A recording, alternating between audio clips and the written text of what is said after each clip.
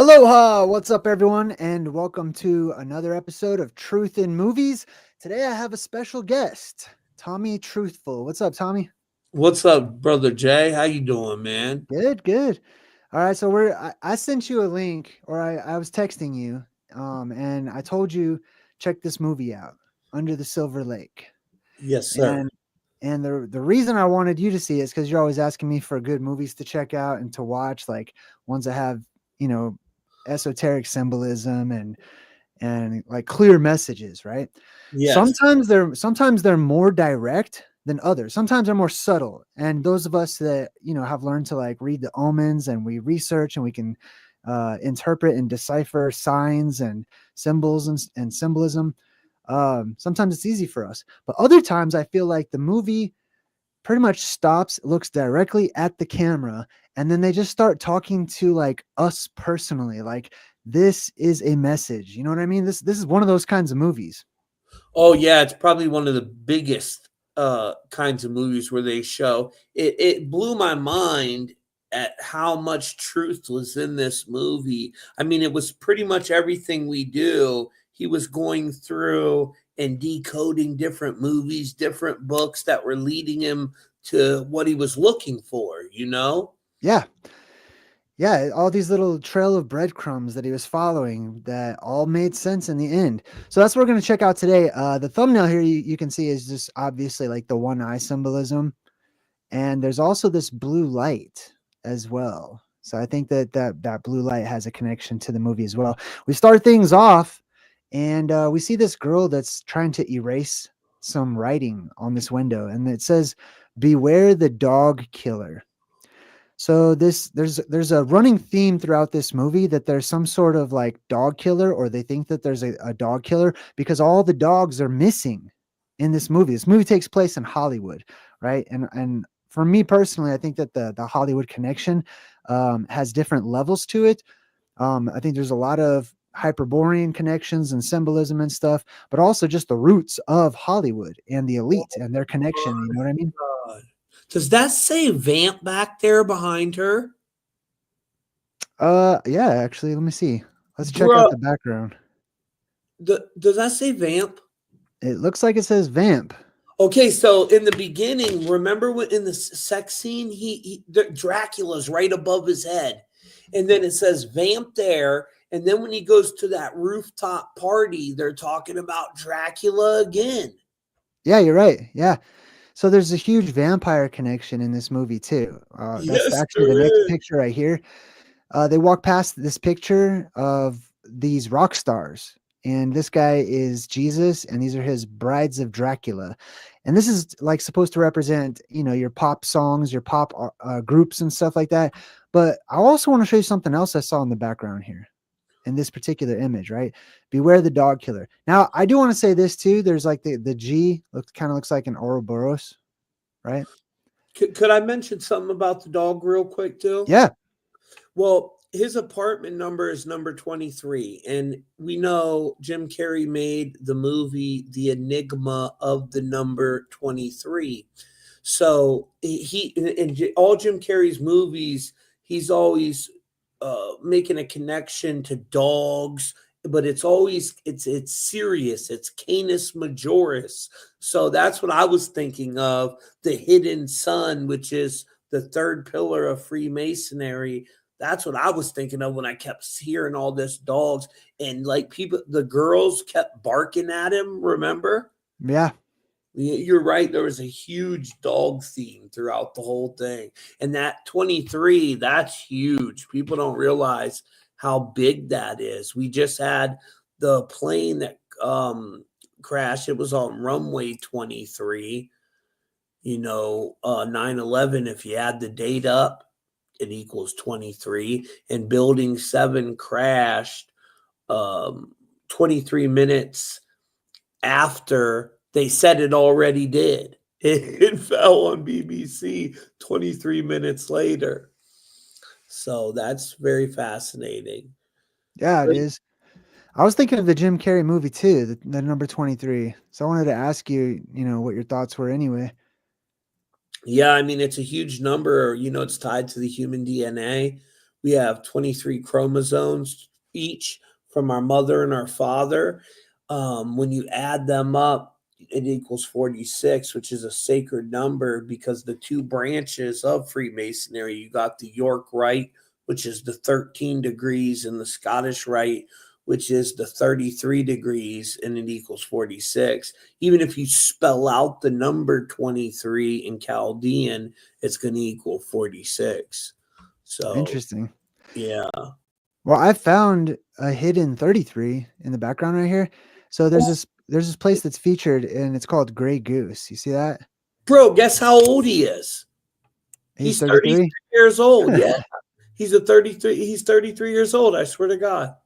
Well, the G is the number 3 in Phoenician and Paleo Hebrew. So it's Well, there was Gemelgama. a map under there. Was that the map of the whole United States under Grey Goose? Yeah. That's interesting. All right, so they're showing us the pop stars and stuff and all the symbolism. They don't quite explain it right away. He goes home to his apartment, number 23. He's being evicted. Now, eviction also, oftentimes I found, can also be symbolic of an apocalyptic scenario and being evicted from the current age. You know what I mean? A transition. So he meets this girl and she's his neighbor. He started crushing on her, goes over to her place, and she's watching a movie. But check out this poster in the background. She all throughout this movie, every character has these references to these really older movies from like the 50s, 40s, 30s, all the way down into the silent era. This says How to Marry a Millionaire. And if we watch and we take a look at the TV, we can see they're watching How to Marry a Millionaire. So Yeah. this chick's like obsessed to the point where she even has like these dolls that look like the characters right next to the TV. How to Marry a Millionaire. Now we're going to find out who this girl is. And, just to cut right to the chase, this girl right here that he's crushing on, she disappears the very next day. So she'll be gone and he's going to go on his quest to try to find her. So we're going to find out a little later, And, like where she went, and but she she had has a this. dog too, remember? She had a white dog, a little white dog. Yep. She had a little white dog as a pet. And she also has this bracelet. And he's like, oh, where'd you get the bracelet? And she says, oh, it's from an old boyfriend. Now, it's actually a joke because it's not like a boyfriend she used to have. It's a boyfriend she has now who's old. It's an old man. It's an older man. So he steps outside with her. They look up and he's like, wow, that's weird. And they see fireworks. And he's like, it's a little late in the summer for fireworks, but she looks concerned. Check out the look on her face when she sees these fireworks. So she looks afraid, like the fireworks were a bad omen or a bad sign or something. After that, she'll be disappearing. So they go back into the house, and this guy, this real rich guy in the movie, real famous person, political guy. That looks like Captain America. Yeah. So this guy is just really popular, really famous, and he just went missing. His name's Jefferson Sevens, and he's missing. And they're making a point to show the audience watching the movie that this guy is missing, that there's some celebrity, some rich person who suddenly went missing, and we'll see what happens to him. But they show that all throughout this thing. Now they show this comic book, and it's about Under the Silver Lake. And basically, it's talking about the origins of Hollywood. And it says that east of Hollywood is really where like the movie industry and the music industry and stuff got its beginnings. And that place was called Edendale. So this comic book is Oh, about Edendale and like this conspiracy of truth regarding Edendale. So there's Eden. another reference to Hyperborea or the Garden of Eden. There's Eden right there in the word. And dude, there's so much hidden connections to it. Right, if can you go back one? I forgot to write this part. No, where you seen the scoreboard. Yeah, dude, Yeah. I forgot to write that down. It made me so mad Oh, I got it. because there you got the numbers that were up on the score that he wrote Yeah. down. Yeah. So let's talk about this scene right here. So Oh, good catch, he's Jay. trying to look for that blonde girl, right? And he knows that these were these girls right here were that blonde girl's friends or whatever, or roommates. So he's following them, right? He follows them and they stop at this high school where they go and walk up to the scoreboard and they check out the scoreboard Yeah, and these numbers light up. Yep, there we go. So 7 he 5. writes these numbers down along with this strange symbol that was painted on her bedroom wall. Looks like a double diamond, right? Shh, be quiet. Yes, 751 were the numbers. So he writes down this 751 number and then watches them. They take off. And what does he do? Check it out. He follows them. But what kind of car are they driving? You know what that is? What is that little guy? Well, after 1985, they called this the Cabriolet, the Volkswagen Cabriolet. Oh, it's a pretty tight car, though. I'd But rock. before 1985, it was called the Rabbit. Oh, follow the white rabbit. He follows the White Rabbit. That's Right? gangster. I Yes. didn't even catch that. Good catch, Jay. I wouldn't have known that one. Thanks. Now, they rent a boat out on this little, lake area, and they're delivering the rest of that girl's contents to this guy who's wearing a pirate outfit. He's got a patch over one eye. He's got a pirate outfit and stuff like that. Definitely And weird. there's no explanation for it. There's no reason given in the movie as to why this guy's constantly dressed as a pirate throughout the whole movie, but he's sort of orchestrating. He's acting as a middleman between the mega elite rich people of the world and these people who are sort of doing the work to like go find these women for rich people, if you know what I mean. Hey, Jay. Yeah. That 751 number in Latin, Hebrew, or Jewish, which is the actually real form of Gematria, it equals the royal lineage. And me and you both know that this movie at the end, it comes to a connection to these people that believe they're kings. They're from this royal lineage, right? Yes, right. So that's interesting that that's on the scoreboard there. That is pretty interesting. Disclosure is also 751, just to let you know. Okay.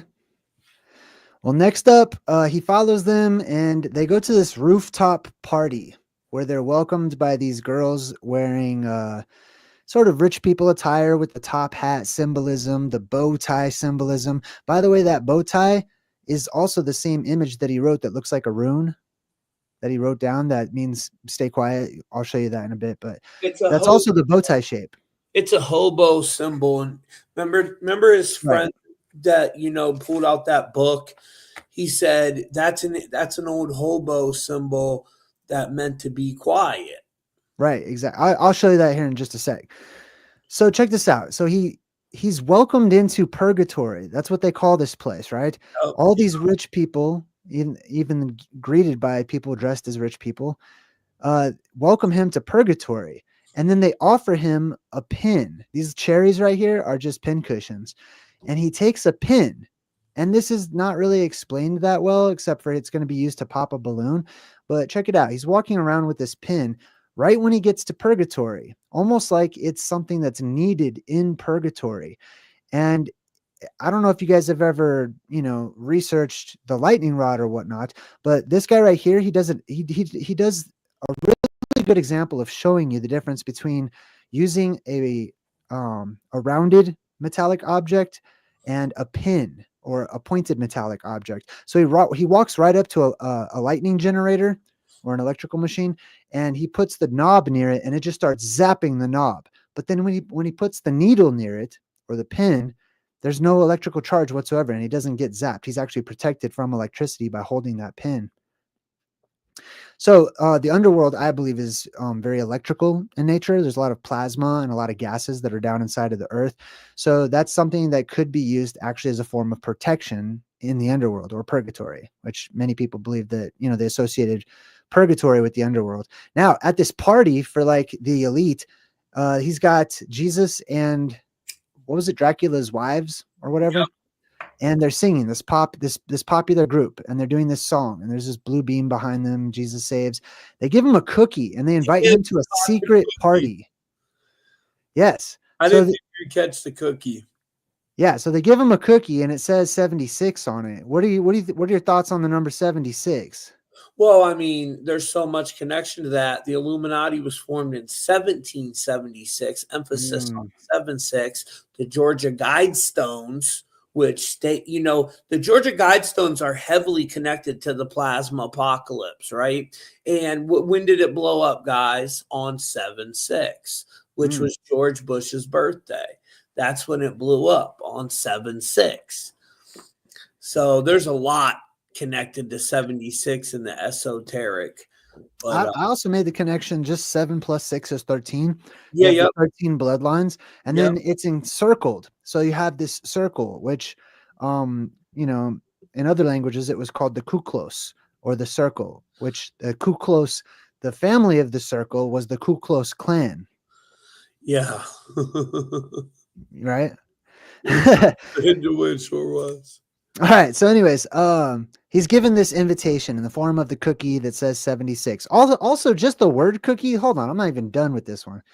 The word cookie. All right, these are some of those words that you see that represent the Garden of Eden. Okay, that's really what I'm getting at. All right. So this circular shape. Okay, there should be a cross in the middle if it represented the Garden of Eden. However, there's not. There's a 76, which means 13, aka 13 tribes.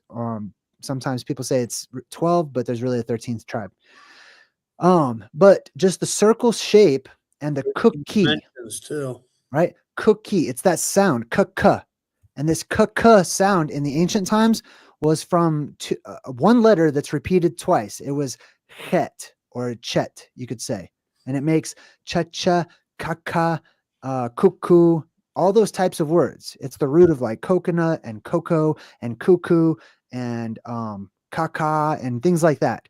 And it means 8. That's that letter. It's the 8th letter twice. It's 88. So you see chickens in movie, oftentimes 2 of them. It's representative of 88, which is the pillars of Hercules and the people that come from between the pillars of Hercules or return to it and go back home to paradise. 88. That's a big one too. Trump got rated on 88. Trump equals 888, and on 88. This gets into Canis Majoris too. Again, Sirius starting on 88.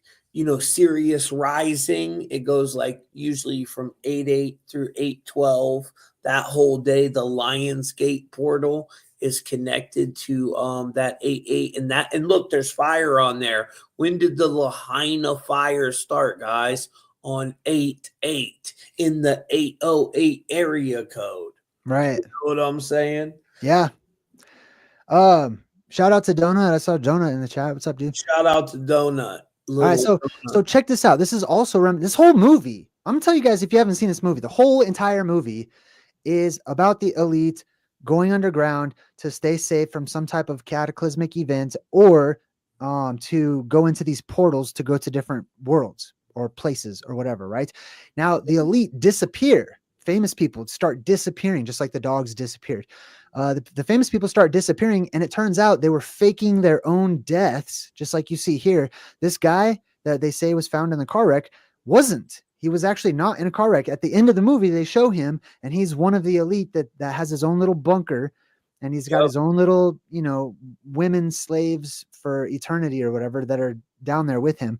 And that's who these girls actually are. But this whole movie is about the elite faking their deaths. Could you go back 1 second to that phone again? And look, Donut even caught that Hawaii 88. But look, you got 27 too, Donut.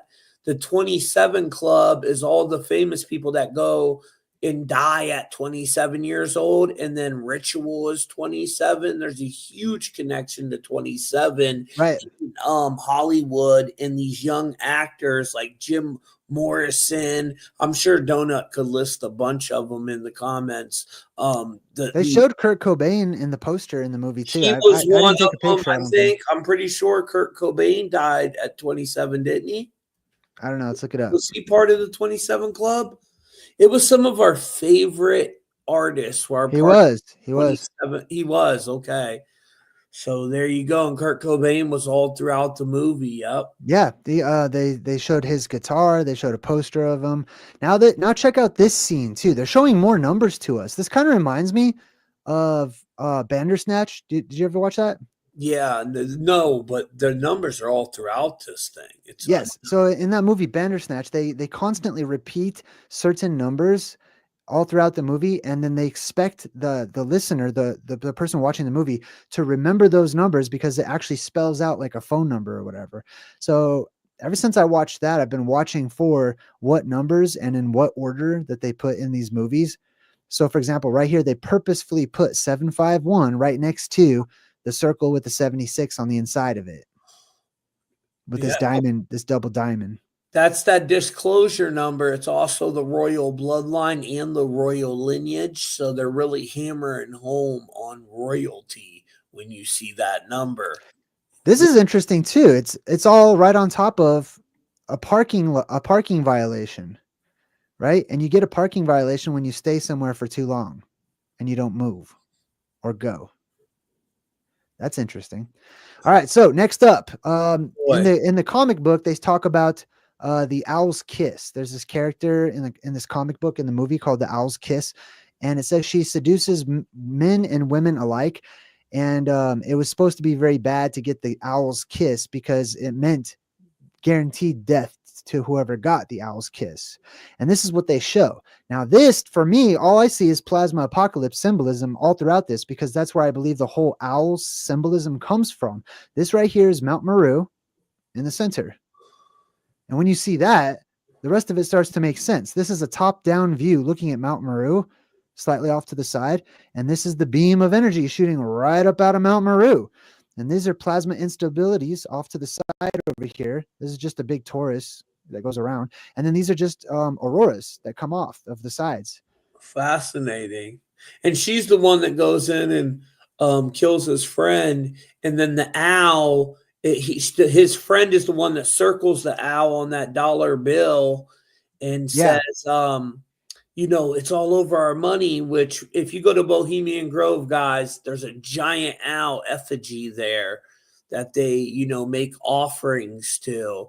And the owl goes all the way back to the Minerva.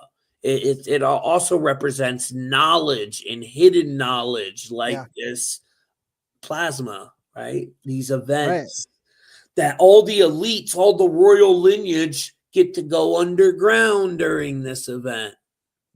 But we don't. We get to stay up here and get shocked by plasma and hopefully turn to superheroes. Hopefully. Yeah, this mountain in the middle right here, Mount Meru, Rupus Nigra, many different names for it. Also within Norse mythology, this was considered the well of Mimir.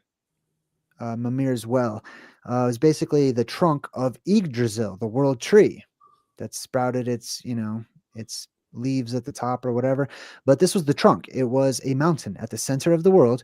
And if you went down inside of it, it said that you would access the Akashic records or all knowledge. And that's what Odin did. And so Odin went down there and Mimir said, give me one of your eyes. And that's how we get, you know, the one eye symbolism of Odin or whatnot. Now, the main character, he's talking to like this girl that he goes out with. And he says, why do we just assume that all of this infrastructure and entertainment and open information that is beaming all over the place all the time into every single home on the planet is exactly what we're told that it is? Maybe there's people out there who are more important than us, more powerful, more wealthy than we are, that are communicating things and seeing things in the world that are meant for only them and not for us. Great catch, Jay. That was one of the scenes I wished we could have recorded, and you pretty much caught it all. So yeah. So he says, I think it's fucking ridiculous to assume that the media has just one purpose, right? So clearly what we're watching is media. It couldn't be any more in your face that the movie, which is media, which is supposed to be entertainment and amusement, stops to basically address the person watching the media and saying, in what you're watching now, if you don't get a message, Jay, then this message wasn't for you. We missed one part. Can you go back to where he's in the tub?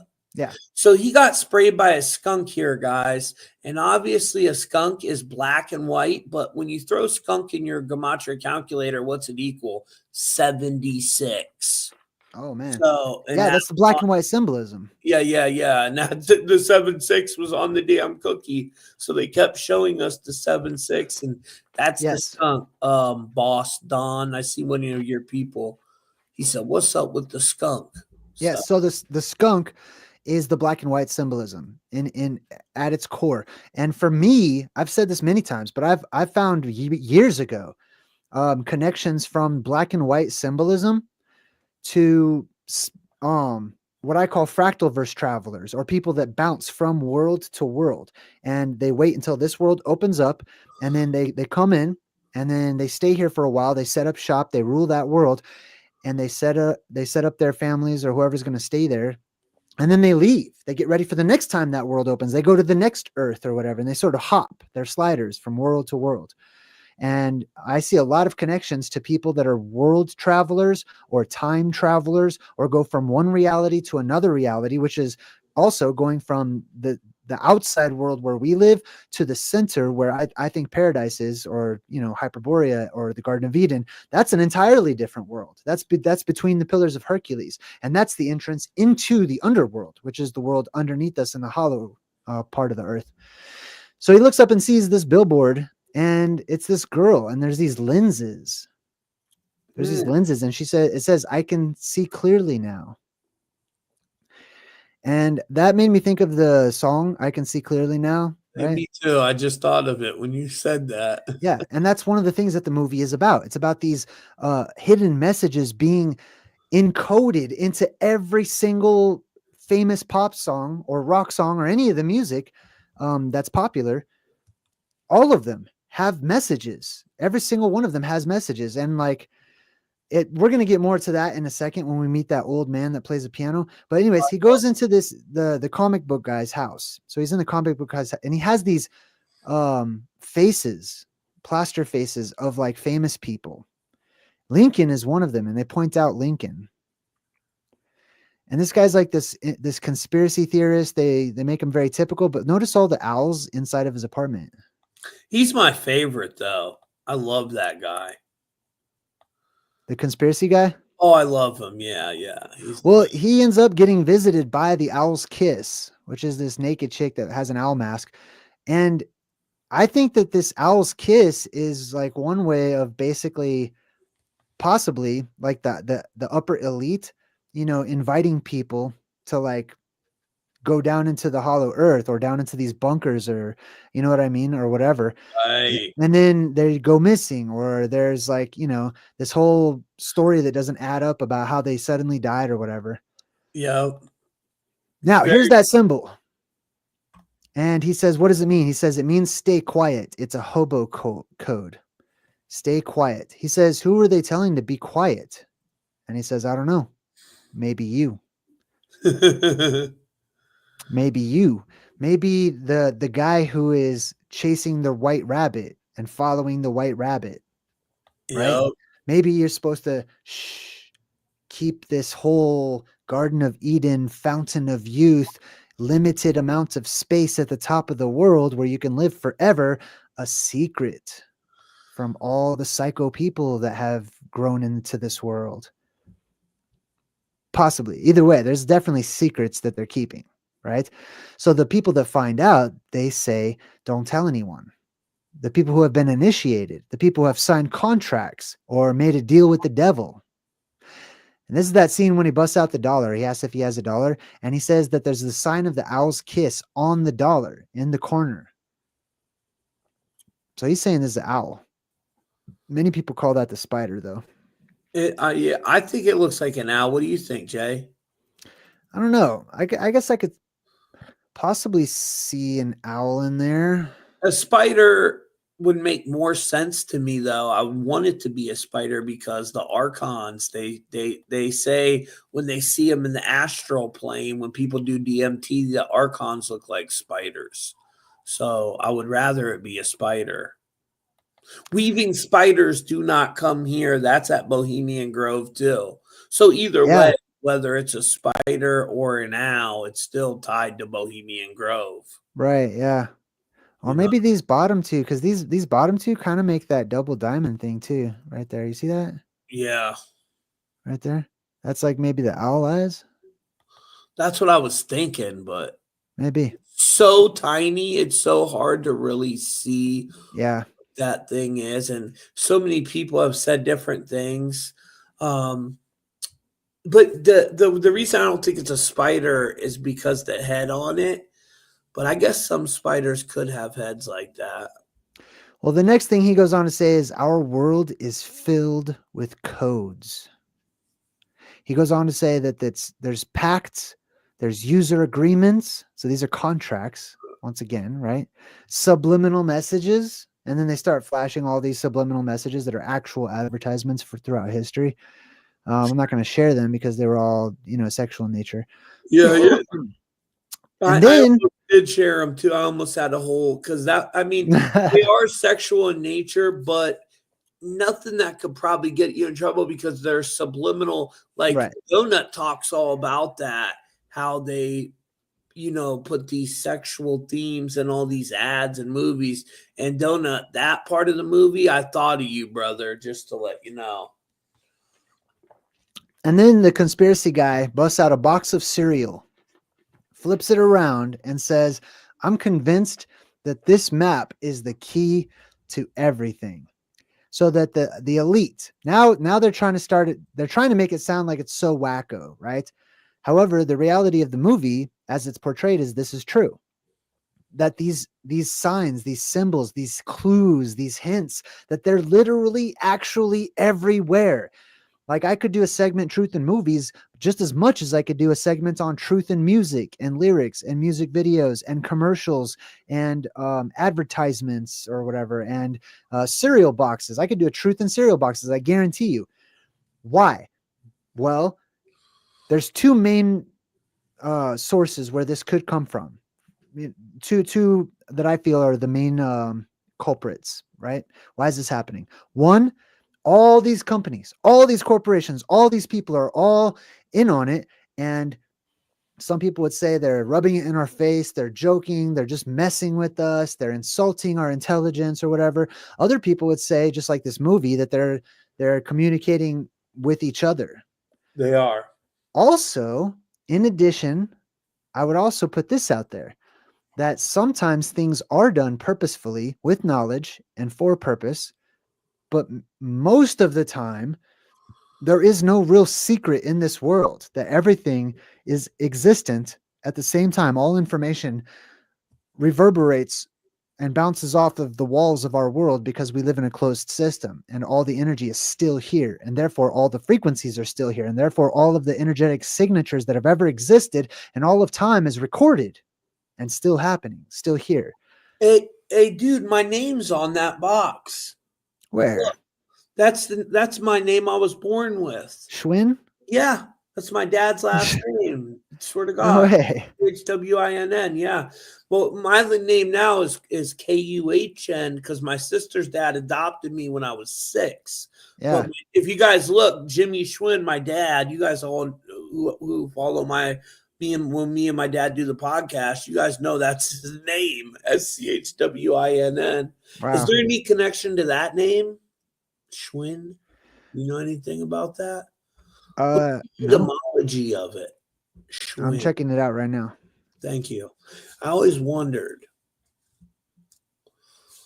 Very interesting. I didn't even catch that either. Win a Schwinn.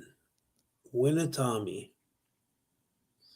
It says here it's derived from Middle High German, the word swindle, meaning impetuous or fierce. Oh, swindle. I thought that means like steal. Also might refer to a bend or a swoop in the land. Interesting. Or the bike. Yes. All right, cool. So this guy's following those girls around. He goes to this outdoor movie showing that's at this cemetery or necropolis, and says, "Hey, are you the girls in the movie?" Right. So these girls that he's following, one of them is actually an actress. So this is a Hollywood movie that they're debuting, that they're showing, and one of the actresses is this hooker, essentially. And so they both get into this car, into this limo. They drive off, and guess who shuts the door? Oh, the pirate. The one-eyed pirate with 54 on the license plate. And that Yep. was in the movie, the movie, what was it called? The one where they put the glasses on. They Live. Oh yeah, 54 was sending out the frequency that's right. and everybody asleep, remember? Yes, yeah. Well, I think the frequency comes from 54, which is 9, and the letter for 9 is the tet, which is a circle with an X through it, which is the symbol Oh, for the Garden of Eden. dude, go back to that box of cereal real quick that had my name on it. Okay. Just real quick. Add Boom. the number, go zoom in, add the numbers up. You got 2, 5, and the 1, 1. What's that equal? 9. I was going to say that to you, but I didn't even think Oh, about you're it. right. Yeah. So there's 2 9s we're seeing in a row. Boom. And 101, that reminded me of the movie Ready Player One. All the bad people were working for that major company. They all had the 101 on them. Remember, Jay? Yeah. Yeah. We should definitely break that one down together again. All right, so back to the movie. So this dude goes to the secret party, right? And you can even see there's a sign, just in case you were wondering, that this is like a secret elite meetup. Summertime secret show. Yeah, they just put it on the sign outside. Yes. Here's the secret show. Come on in. So the guy shows his cookie, that's his pass to get in, with the 76 showing I'm of the bloodline, right? Don't The you have to eat 13. it or something to get Yeah, he in? says you have to take a bite. You Right. have to take a bite before I can let you in. I Now thought it's it was dosed. poisoned. What's up? I thought, oh, it was dosed, right? Yeah, so the whole cookie's dosed. Like one bite should have been enough. So he puts the whole cookie in his mouth, So he's eats gone. the whole cookie. Now look at where he is though. See, it's this older architectural style, the Greco-Roman style, and he goes in between the 4 pillars, right? Now, I've been talking lately here on my channel about the septentrion or the septentrio and these 7 beams that have been seen in the sky in antiquity and how they're arranged in Hyperborea and stuff. And I speculate that there are 4 pillars that come from those 4 quadrants at the center of the world, right? Or 4 plasma volcanoes that each one would erupt its own light into the sky, giving us 4 pillars. And within those 4 pillars is the house of God, or which is Mount Meru or Rupus Negro, where the light lives and is born. So he goes up in between the 4 pillars in order to get into the secret place. As you can see right here in the next slide, he's underground. This is just all a cave. He's inside of a cave. So he goes into this place, which is a Greco-Roman style of architecture, which worked more with the electrical fields and stuff. And then he goes down underground. And then he says, I heard there's some kind of code or like a secret message in these people's music. And he's asking this girl about it because he knows that she's in Hollywood, so she's connected, right? So then the drugs start kicking in after he starts trying to ask about, following he tries to follow the white rabbit. He tries to do some investigative reporting, and then the drugs start kicking in. They dosed him, and he didn't realize that he was being dosed, right? So he starts dancing. He stops paying attention. He stops on his path. Then he wakes up the next day, and he sees this again. The movies, I feel, are constantly telling us and asking us, those who are listening, to pay attention. There's literally a movie production company that's called Focus. And you know what I mean? Like they talk about some pretty deep stuff too. So then he opens up this pizza box and he starts writing down all these codes, and he's finding codes in the music, like codes, secret messages that are hidden within the lyrics of the music. And this is not conspiracy theory. This is fact that, they did things like backmasking and hiding things in album covers and whatnot. Yeah, they still do. And somebody in the comments asked, what's 76 mean? Well, I broke down some of it in the beginning, but in English ordinal, ascending is 76. And you'll see when we come to the end, that's what this is like all about, ascending. So it turns out I think they're going to do, ascend. Turns out that these girls are Hollywood prostitutes, basically, that they just sell their bodies, The you know, shooting. and they end up meeting all these upper echelon people because they don't want to date regular people in the public. You know what I mean? Like that's difficult for famous people to do. And then you have the typical 555 movie phone number, right? Well, this is really interesting. I've talked about this a few years back, but 555 is the Roman numeral VVV, which is really the letter Vav, Vav, Vav, which is the sixth letter. Yeah. So Six. 555 is code for 666 in the movies. And shooting star, if you put, well, shooting stars anyways, is 76. Just shooting star is fit. You have that 54 again in pi. It's also 137 in English Kabbalah, which 137 is the 33rd prime number. You take the 47 by 90 degree Freemasonic compass, you add it together, and you get that 137, the 33rd prime number. The guy running around chasing the white rabbit is a 33-year-old male. Nice. Well, he's hanging out with this girl. She starts divulging Hollywood secrets because she's seen a lot of the people, you know, that hire her basically for her services. And she starts telling this story where she was invited to this really ritzy neighborhood, aka the Garden of Eden or Paradise or something. And she says, the biggest house on the block. So, like, let's say that we're making a Hyperborean connection. That would be Rupus Nigra or Mount Meru. This big stone mansion, right? Another Meru reference, in my opinion. We weren't allowed to go near it. So it's off limits, right? This is places like the Arctic, the Antarctic, and stuff that are essentially are off limits. It's the only place that's off limits, she says. Talking about how it belonged, this house, this huge stone mansion, belonged to some songwriter. Now, the reason that she starts telling him this story is because the girl he's looking for, she saw her at one of these upper elite echelon parties. And she's describing this place where she was. And she said that the girl he's looking for, she saw her trapped in this glass cube. And she was just sitting there emotionless. And while all these old rich people were like tapping on the glass, basically it sounded, the way she described it, like she was being auctioned. You know what I mean? Like it was an auction or something for the rich to buy. So he goes back, he starts trying to figure out and decode the, you know, the message that's in the music. He starts writing down the message and it says, rub Dean's head and wait under Newton. So he figures out this code and it takes him to Griffith Observatory in Hollywood, in the Hollywood Hills. Another older style building that has these domes on top.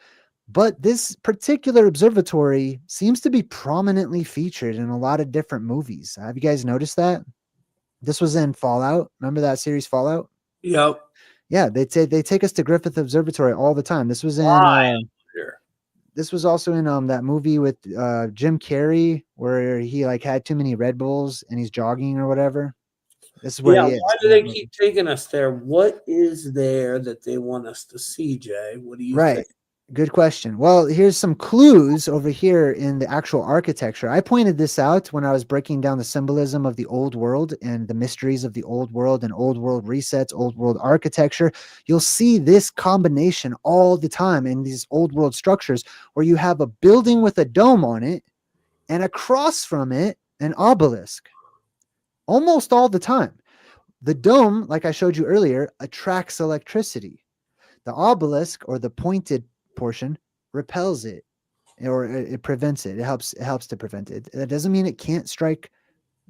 Okay. The lightning rod. I get yelled at all the time because people are like, lightning rods are made to attract lightning. No, they're not. They're not. Okay. They're grounded in case they are hit by lightning, but they're made to put a whole bunch of positive energy up into the air to dilute that negative buildup that's above the building or whatever. Yeah, that is actually true because my grandpa has one on his house and a copper cord runs down to it, grounding into the ground. He still has one, my grandpa. And also the obelisk represents a phallus too. Yeah, I say that. There's a lot of sexual, connections in this movie. A lot. There are a lot of sexual connections in the movie. So he goes and he sits down underneath the statue of Newton. And then the homeless king shows up Oh, and tells him to put a blindfold over his eyes. He says, I'll take you where you're looking to go.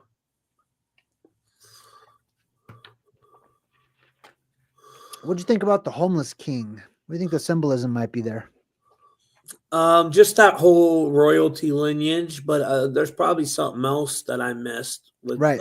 the homeless king. Homeless people are also nomadic. They're literally nomads, Oh yeah, right? Right. 100%. So think of all these tribes that started off as nomadic, right? And their MO was taking over other countries either through integration or war. Yeah, Right. and like with the Hyperborean thing, you always talk about how when they finally left there, then they renamed other lands. That's how, I'm reading your new book. Shout out to Jay. And guys, anybody in my video, Jay's new book is in the description. Check it out. It's freaking phenomenal. He breaks down so much stuff in there that makes a lot of sense. But just like the Euphrates and the Tigris not being the real Euphrates and Tigris, like you cover in your book, Yes. so the nomads, they left Hyperborea or that area and then renamed all these places. But he takes them to the underground, right? Yeah. So he gets blindfolded, follows the homeless king, and he ends up in what looks like, a rabbit's burrow or something, like this little underground tunnel. And he leaves him in this underground tunnel. Weirdly enough, he tries to get out of the underground tunnel and he comes up in a freezer. With milk. Here's that milk reference again, Jay. Here's the milk reference. Once again, Right? you see the milk. Yes. I wonder if they show the brand here. You got the milk and the black goo. You always see these two things usually together too a lot. Yes. So this is none of this is explained in the movie. And I want to make this very clear to everybody, okay? Clover. When they show you things that are enigmatic, don't make really any sense, and they don't explain it, it has lots of meaning behind it, and it is a puzzle piece being offered to you to figure out. All right, that's all I wanted to say, because it's extremely important that they do this. He comes up in the freezer after he goes through this underground tunnel. Now, I'm probably going to do a video about Greenland, and some people gave me a link to Now You See TV. They recently did this podcast about Greenland and the Hyperborean connection. I watched that, and I would like to talk about it. I'm going to talk about the Greenland connection. It's so that movie. You're talking about the movie, right? No, but that's a part of it, though. Yeah, you should watch that movie. Could you go back to the front of the milk real quick? Yeah, sure. Where he's right there, up there. It says Clover, right? Well, that equals 33, and it's a 33-year-old drinking out of the milk. So there's a little hidden connection to that 33 number. 33 is always the hidden knowledge. People believe when you hit that 33rd degree, that's when you learn the true knowledge, right? Yeah. That's probably when they tell you none of this shit is about this. It's about this. It's about these cyclical events we're going through. Well, here's another thing to consider. They could have had him come up from that tunnel anywhere because this was not explained in the movie. So it should be frivolous. It shouldn't matter where he came up. It was chosen to have him come up, not just with the milk, because he's in a freezer. They could have featured anything, sodas. They could have been, beer or whatever. They purposefully had him come up after going underground and following the homeless king as he's following the white rabbit and stuff, trying to figure out what's up with the elites and what they're really interested in. And where does he end up? The cold white place, the Arctic, basically, in my opinion. A tunnel that takes him up into the Arctic, basically, like symbolically speaking. Then all the elites gather together for these chess parties. And he meets his little buddy that he knows who rubs elbows with the elite. This guy also plays an elite in Westworld. So he's like a member of the super rich elite. They're all playing chess or pretending to play chess, right? The black and white symbolism of the chessboard once more. Yep. Now, I'm an avid chess player. So I know there's nothing happening here. because look, there's no white king at all. The two bishops over here are on the wrong squares. Like these people Yeah, yeah. don't know how to play chess. I, But I they're do moving the pieces though. too. But what are they all drinking? The orange, right? They're all drinking orange. She's by the orange umbrella. What's orange equal? 33. Hmm. So there's a whole lot of 33 plugs throughout the whole movie.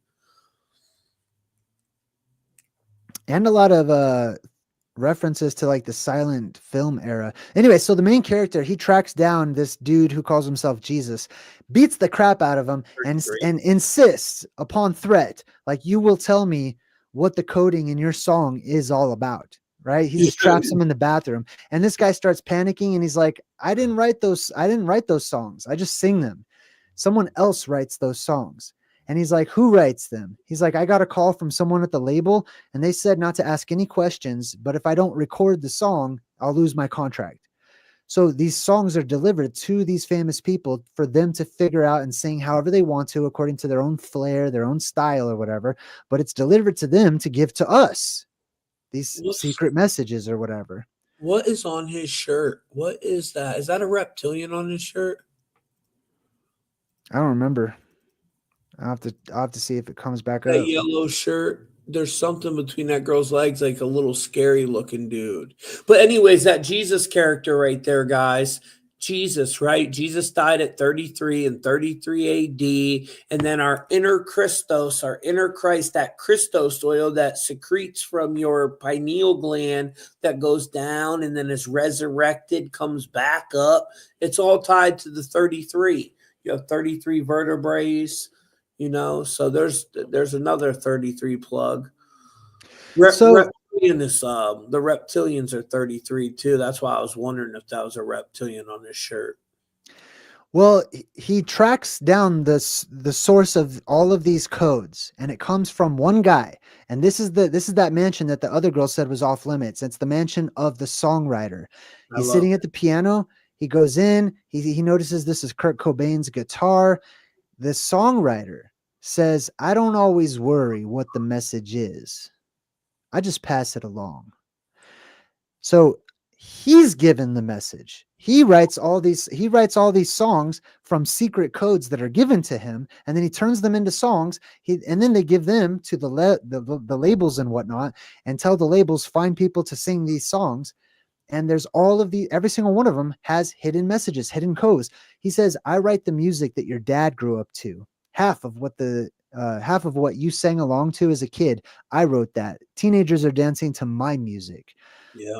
Then he starts like singing the Backstreet Boys and all these popular famous songs and stuff. And he says, so there's hidden messages in old pop songs.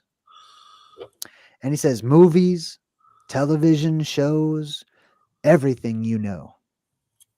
And so he's saying there's hidden messages in every single thing. Here's that picture, by the way. Yeah, what is that damn thing on his shirt? I don't know. I think it's a reference to, looks like some, early movie, maybe from the It's definitely some kind of 50s, 40s thing. But 50s. the songwriter in keypad Gematria, which is like your old, remember your guys' old cell phones that when you would have to text, it would be like the phone at your house, how ABC is on one number. So in keypad, the songwriter is 76 as well, Jay. Interesting. Okay. Yeah, I love this guy because he's just he was the one, like, putting all the hidden messages out to every generation. He said, I sung all your grandpa's favorite music, your dad's favorite music. Yes. He's kind of cool, man. So this hits home for me personally, because I used to be a youth counselor at like a group home for underprivileged teenagers and stuff. And I had them all packed into the van one day. We were driving to go play basketball at the park, and they heard a song come on in the background on the radio, and they're like, "Oh, turn it up, turn it up." So I turned it up, right, and I let them just rock out, and they're just like bobbing their heads and they're rocking out to the song. And then when the song was over, I turned down the volume and I asked them, I said, well, you guys must really like that jam. And they were like, oh yeah, that's the best. That's like best song ever, top song ever. And I said, all right, well, which one of you guys can tell me what that song's about? Crickets. Nothing. They could not figure out what the song was even about. I'm like, you guys are so busy banging your head yes to the beat. You're being hypnotized. You have no idea what you're saying or what you're being told. You know what I mean? All right. So, anyways, he says, I don't believe you. I don't believe that there's messages hidden in every song. And he says, well, good, because the real message was not meant for you. It's better if you just smile and dance along. Your art, your writing. And he looks right at the camera, talking to the viewer of the movie. And he says, your culture is the shell of other men's ambitions. Ambitions beyond what you will ever understand. Then he just busts up laughing. And then the main character bashes his head in. All right. So in this next clip, we see that the thunder starts to rumble and there's lightning and they show you a storm rolling in. This is just briefly seen and it serves no purpose in the movie, except for it's directly connected to the next image that they show you, which is a television movie that he's watching. And this guy on the movie that he's watching, this older movie, once again says, look, you fools, you're in danger. And he points up at the sky right after they showed you a storm. Can't you see they're after you? Our wives, our children, everyone. They're here already. You know what movie this is from? Are you still there? Oh, you're muted. You're muted, bro. Sorry about that. What movie is it from? It's an invasion of the pod people or body snatchers or whatever it's called. I got yelled at by Lewis Williams, said I changed the subject. I don't know what they were talking about, but so I muted myself for a second. Oh. When you're doing a podcast with two people, that's how it kind of works. You know, you interject and you have a conversation about the movie. And thank you for that donation, my friend. I appreciate you. Oh, yeah. Right on. Shout out to VL Jones. Says, thanks, Tommy and Jay. All right. So this is Invasion of the Body Snatchers. I think that's the name of the movie, right? Yeah, I believe so. Yeah. Invasion of the Body Snatchers. Or is it Pod People? Is it Pod People? No, that's a newer one. Invasion of the Body Snatchers, right? So this is about the elite, or for me, the whole body snatcher thing goes back to like the Cabbage Patch Kids, pod people being grown underground, people being cloned underground, genetically manipulated and stuff. That's what they're watching, and they put what's on TV on the movie. You know what I mean? Like, hey, look at this. This is related to what you're watching. Anyways, so he finds that secret map and he overlays the map onto one of these centerfolds of an old Nintendo Power magazine. Level 9. There's the 9 again, Jay. Oh, you're right. Level 9. Check that out. I didn't even see that at first. Yeah, 9. 9 represents Hyperborea and Garden of Eden and stuff too. Also Link. 9's a completion number. It's a number of the back in the old days, like in the Akkadians, they wouldn't even use the number 9. That's why the Chaldean cipher is based on 1 through 8, because it was considered a divine number, so it represented God. So he's got this, it says complete strategy map of the overworld. So he overlays that. He figures out this code and where to go on this map. And he's following the secret map. This is just exactly how I feel when it comes to the old maps and looking at Phantom Islands and the North Pole and stuff that's featured on old maps. So he figures out where to go and he circles 2 places on the map. Silver Lake Reservoir, which used to be called Edendale, right? The east side, the old east side of Hollywood, and then Mount Hollywood. So a lake and a mountain that he circles on this map. Then he starts going in search of the treasure, or he starts trying to follow the map. He has to climb over this wall with these 3 stripes on it, right? And basically those 3 stripes indicates this is a dangerous place. Okay, you're now headed into dangerous territory. That's the Hobo code. Curious. I didn't pay attention to that in the Hobo code. So that's what that one means? Yeah, it means you're entering into dangerous. This place is not safe. That's what it means. Okay. All right. Our world where we live is safe. Okay. You guys have internet, you got electricity, you got cars, you got food stores and stuff. It's a very safe world, so to speak. Okay. Even though everybody is a slave. Because you exchanged your freedom for comforts of life. But anyways, when you go to Hyperborea, when you return to the Garden of Eden and you go back to the island of the Hesperides and you return to the place of emergence, that's a dangerous place. There's monsters, there's dragons, there's giants and tiny people and strange and wonderful magic creatures and items, and it becomes everything fantastic. Now you're living, because now you have to. Now you're on edge. Now you're on alert. You could die at any moment. You never know. Now there's purpose aside from just waking up, alarm, breakfast, coffee, tired, take a break, go to work all day, zone out, come home, have a break, go to sleep, and then wake up and do it again. Right? So he goes over the walls, right? Climbs over this sheer-faced little wall right here with the 3 beams on it. And he's deep in the Hollywood Hills with his gun. He's trying to find out what's going on up here. And he meets this super rich guy who has his 3 prostitutes that are in there with him. And he's basically, he says it's about ascension and not dying. He tells him, I followed the clues and I went to that underground, bunker or whatever. He says it's not about being buried and we're not dying. We're being transported to another world. So it sounds very culty on the surface, but in reality, it's about the elite being transported to another world. Like I said, the black and white symbolism, hopping, island hopping, sliding, etc. I'm talking about something exclusive, he says. So this is like, he makes it very clear. This is only for the upper elite of the upper elite. This is for super, super rich people. He shows him a picture of the girl that's missing, which is her. She was one of the concubines of that other famous dude they kept on showing throughout the movie, who they say died in a fiery car crash, but here he is laughing and smiling in his toga, going into the underworld paradise, wait out the apocalypse or something. You know what I mean?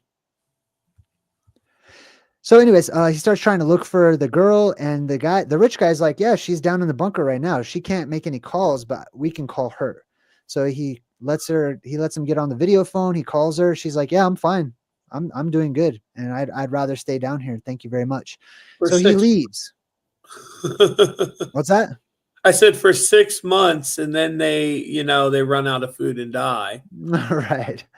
All right. So they let him go, or he passes out, right? And when he wakes up, he's underground once again, tied to a chair in front of the homeless king, who says, don't mention any of this to anyone. Don't tell people about this, right? And the world is so conditioned these days. No one would believe you if you told them the truth. Most people. Anyway, so as he leaves, this is the final scene, one of the final scenes in the movie. He leaves, and that billboard that says "I can see clearly" has changed. Well, I'll show you what it looks like here. And it says it's like a McDonald's billboard or something now, and it's like the girl is like half clown and half regular, and it says hamburgers are love.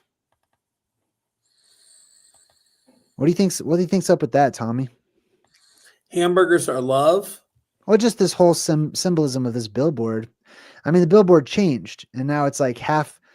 I said I can see clearly. Yeah.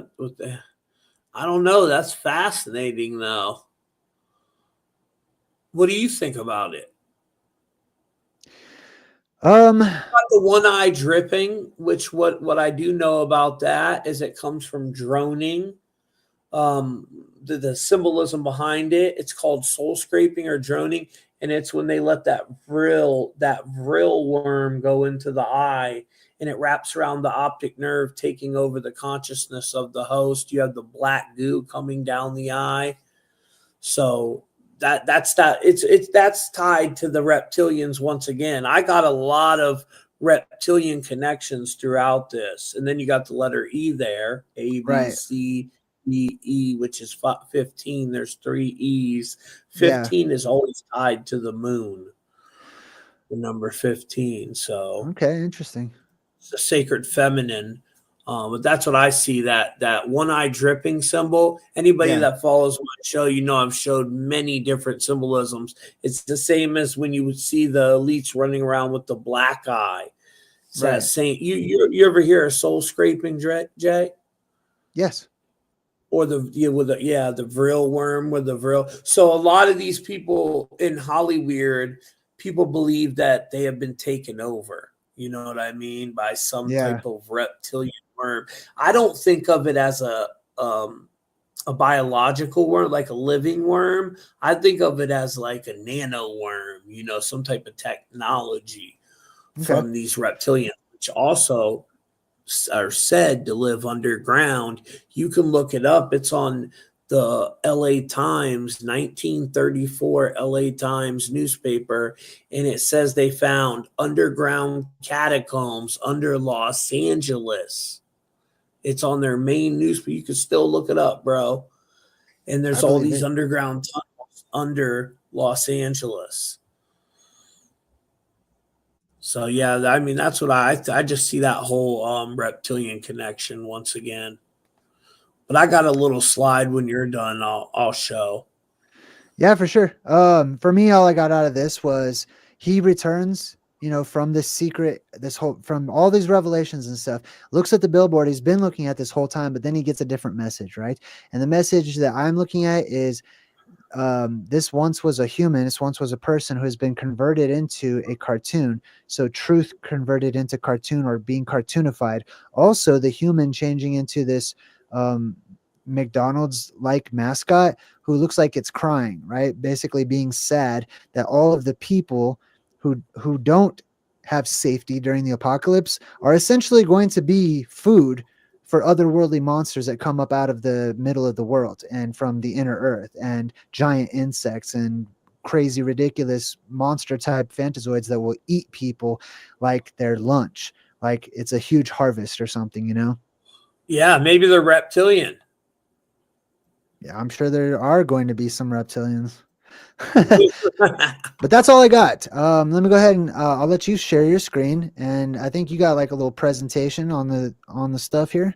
Just a couple little things. Hold on one second, and let me put this over here, and then I'll turn it into a PDF so I can pull it up.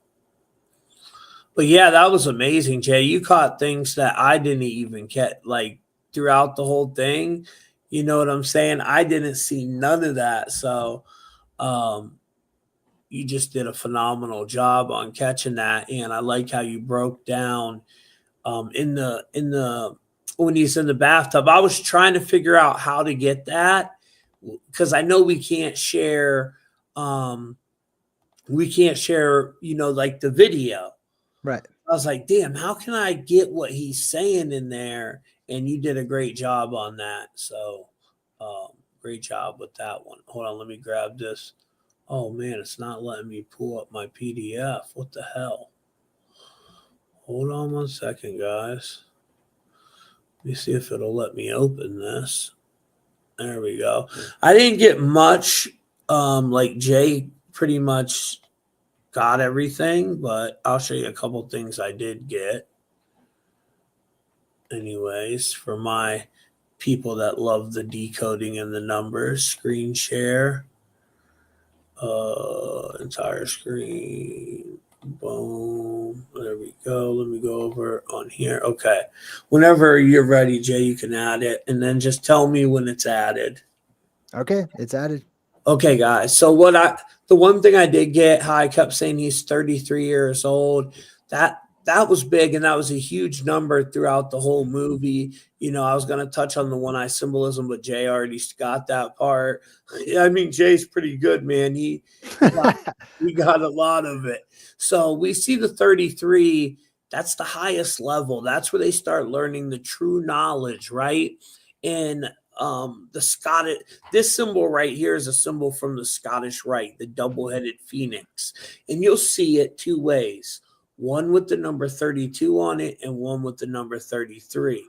And from what I've learned, when you're going from the 32nd to the 33rd degree, that's when you start learning a lot of that true knowledge. And 32 is also Nephilim, but then you get into the 33. So that real energy, 33, which comes from inner earth, they say there's a connection to the plasma there with the real energy. And 33 is also reptilian, cinemagician. The cinemagicians are the ones creating these movies, casting spells on the audience, which cast a spell is 33. And pi, these are two very powerful ciphers, pi and Chaldean. And magic, I put English order in there because that's kind of what they're doing. The cinemagicians are performing ancient alchemical magic, using these movies to bend and manipulate reality to us. In the beginning, Right. when he was having sex with that girl on the bed, just for a brief second, they showed the 173 when they're playing tennis on there, which is the biblical Kabbalah code 173. And that gets into half Draco, the reptilian connection again. In 1934, there was the underground tunnels under Los Angeles that showed these catacombs, these lizard tunnels. You see right here. You can actually go on the Los Angeles Times, and let me see their Hmm. actual. Here it is, Los Angeles Times. Have Did you ever lizard heard people about this? live under Jay? LA? Yeah, dude, they had freaking lizard catacomb tunnels under Los Angeles. And let me tell you, let me break this down real quick. So the story goes, the guy that found this, he thought there was gold down there. See, it says gold everywhere. But then the Native Americans came and told him, no, these catacombs were founded by these reptilian entities, and they went down there after a major cataclysm. Oh wow. I swear to God, dude, a major cataclysm is what the reason they went down there. What's it say? Elon Musk didn't invent the idea of drilling holes into Los Angeles. Warren Sheffield did it first. Yeah, he did. That's the guy who went down there for the gold.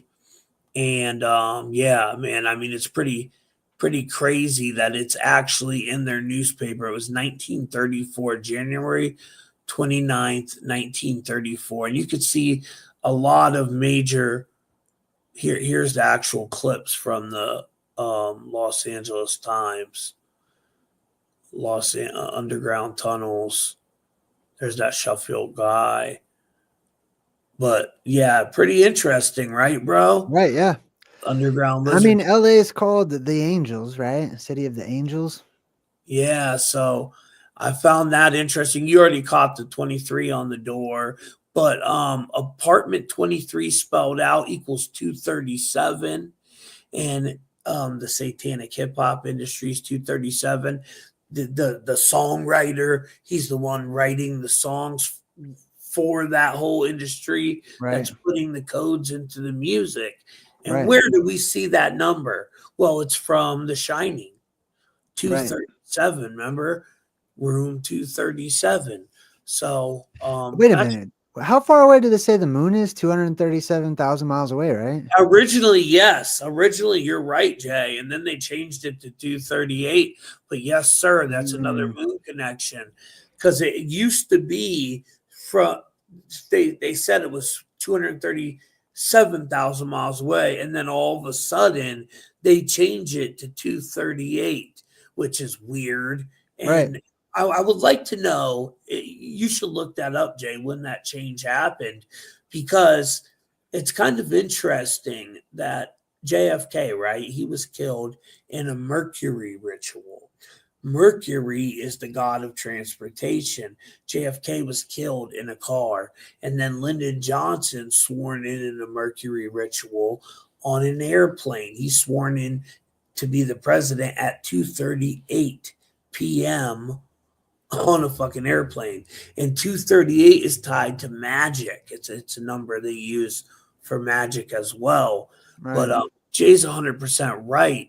It used to be 237. So maybe that's why Hmm. they use that number so much. And Well, 237 equals 12. So 238 equals 13. There's a 13 again. yeah, the 13 again.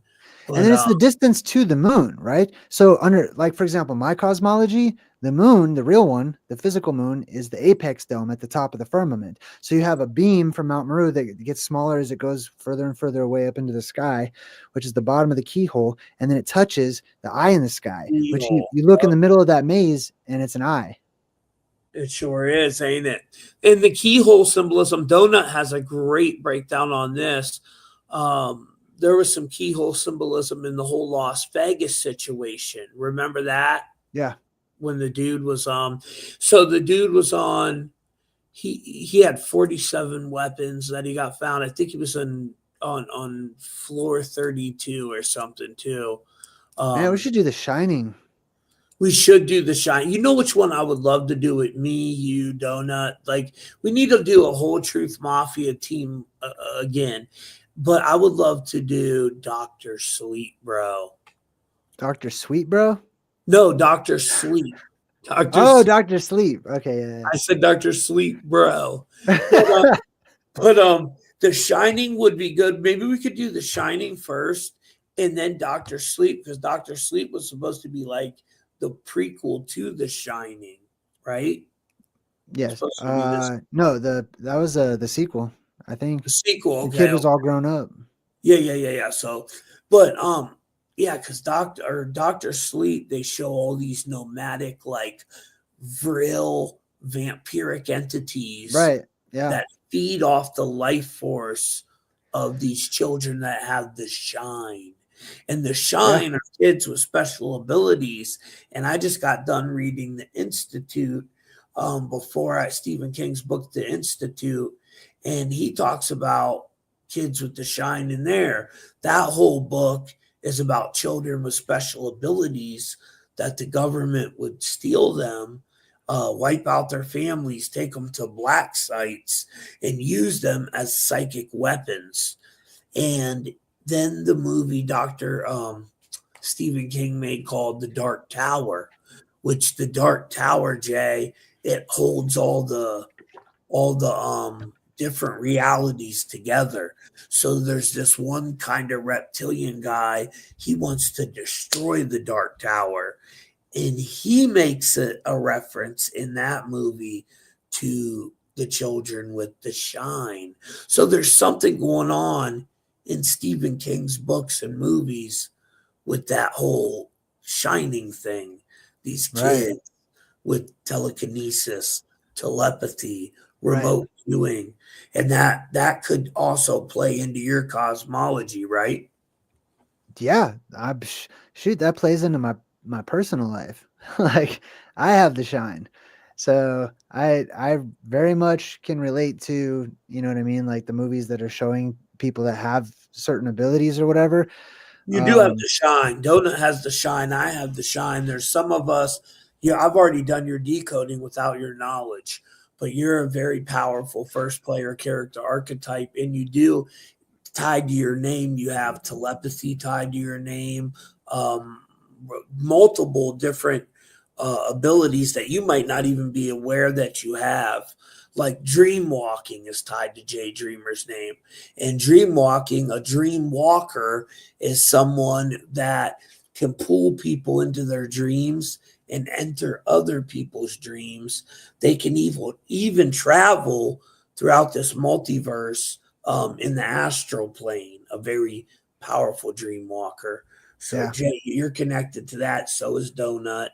You know, when I do my decodes, I put in people's first and last names, and we all have a connection to it.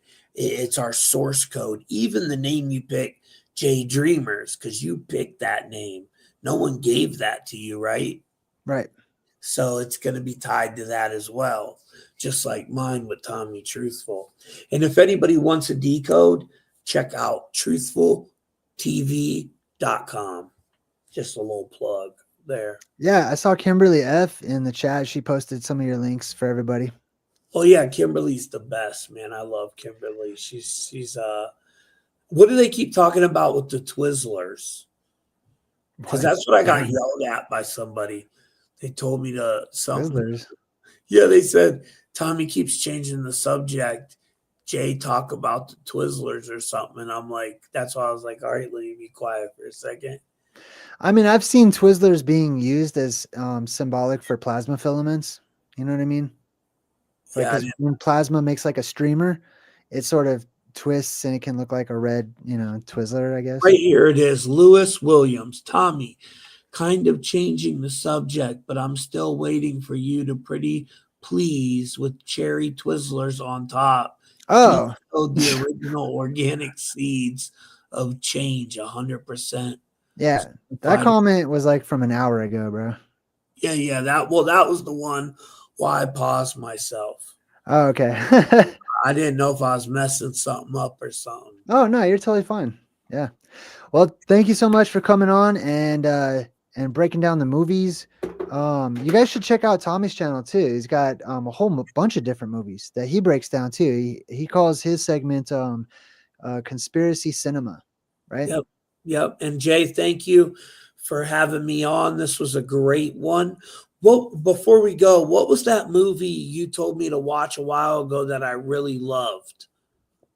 I don't know, there's been a few.